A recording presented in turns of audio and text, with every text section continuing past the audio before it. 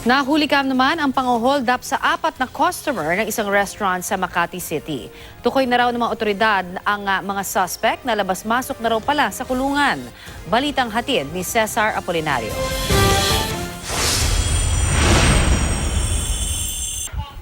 Walang kamalay-malay ang mga customer na ito na mabibiktima sila ng pang-hold up sa loob mismo ng kinakainang restaurant sa Barangay Poblacion, Makati City nitong Sabado ng gabi. Makikita sa CCTV ang pagpasok ng 3 lalaking naka-helmet. Yung isa, based sa CCTV, merong firearm. So tinutukan tong 2 table na to, tapos kinuha yung mga gamit nila.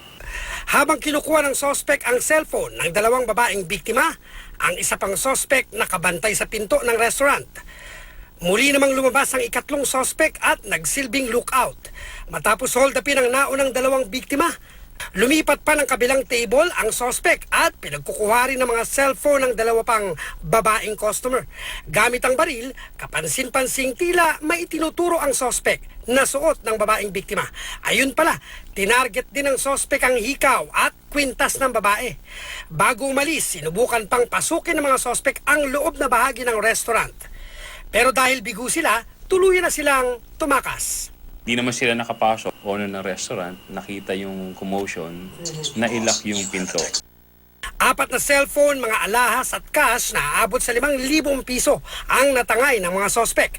Mabuti na lang at namukaan ng mga biktima ang 2 sa mga sospek. Kinilala nila ang mga ito sa tulong ng pulisya. Kumuha tayo ng mga person of interest sa bawat police stations. Pinakita natin yung isa sa mga, o lahat ng the whole rogue gallery natin, may na-identify doon. Reklamong robbery ang isasampa laban sa 2 sospek na ayaw pang pangalanan ng pulisya. Napag-alamang labas-masok na sa kulungan ang mga sospek dahil sa mga kaso ng pang-hold up at pagtutulak ng droga. Tinutugis na ng pulisya ang mga sospek. Cesar Apolinario, GMA News.